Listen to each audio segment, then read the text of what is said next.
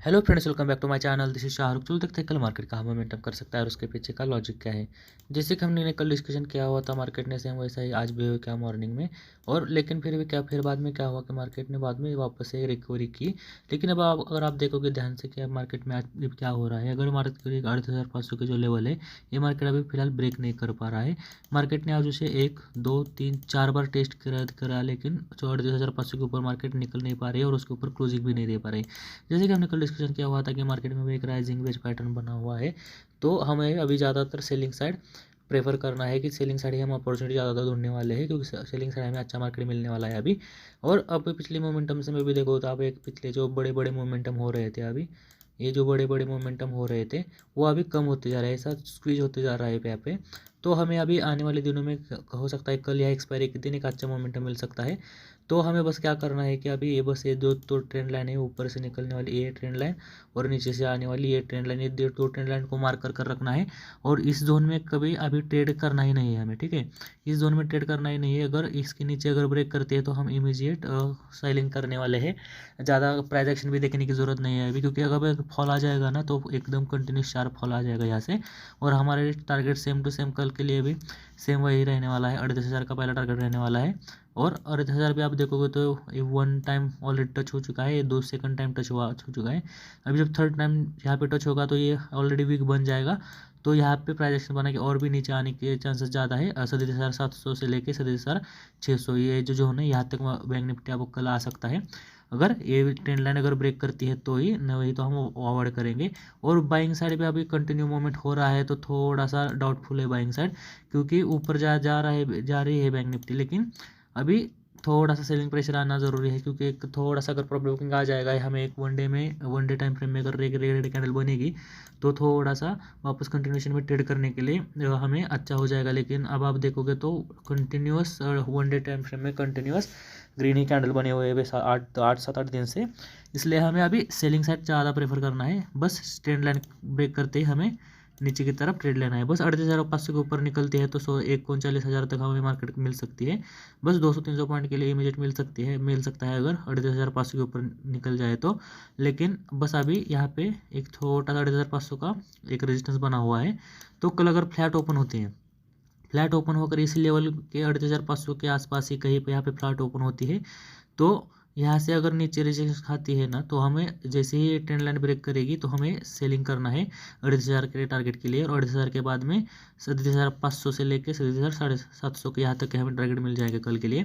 और अगर कल यह फ्लैट ओपन होकर यहाँ से ऊपर निकलती है ना, तो फिर 39,000 तक मार्केट कल जा सकती है।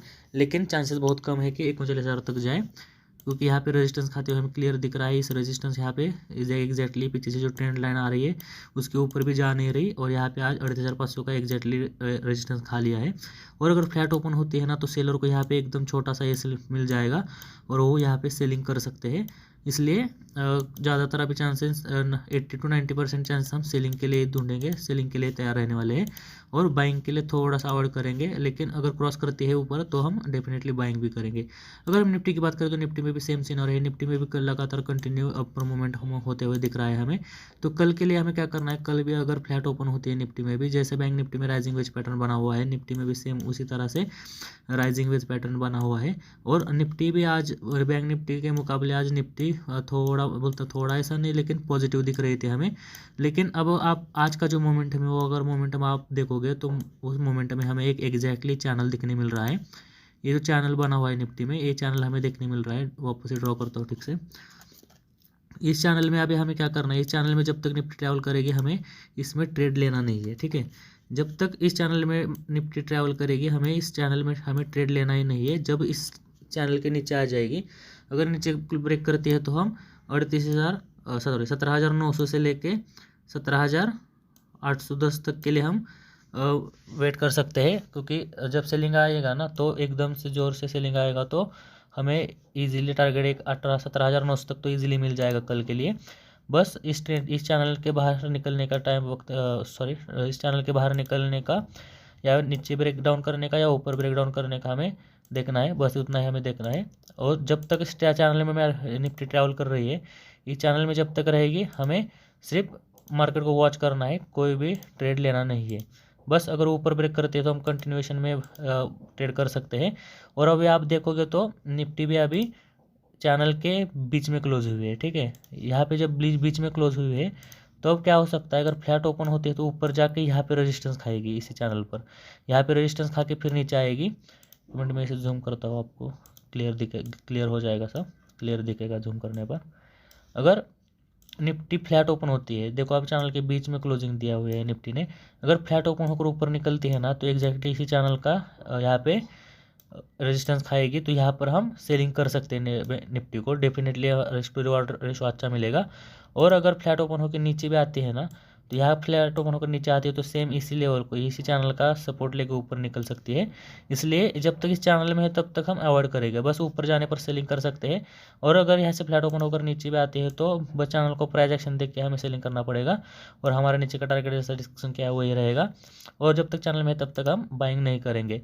अगर हम ऊपर की तरफ निफ्टी को देखेंगे, अगर हमारा टारगेट क्या रहेगा ऊपर की तरफ, तो अगर आप यहाँ पे पीछे देखोगे तो यहाँ पे हमें एक छोटा सा हर्डल दिख रहा है।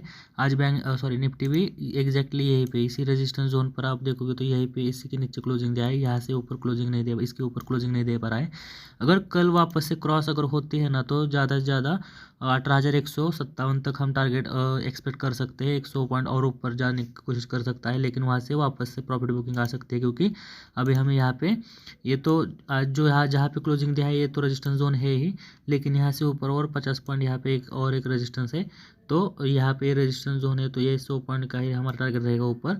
लेकिन हम ज़्यादातर निफ्टी को भी अभी ज़्यादातर बाइंग के लिए नहीं, लेकिन ज़्यादातर सेलिंग के लिए देखेंगे कि हमें सेलिंग के लिए चांस मिल जाए।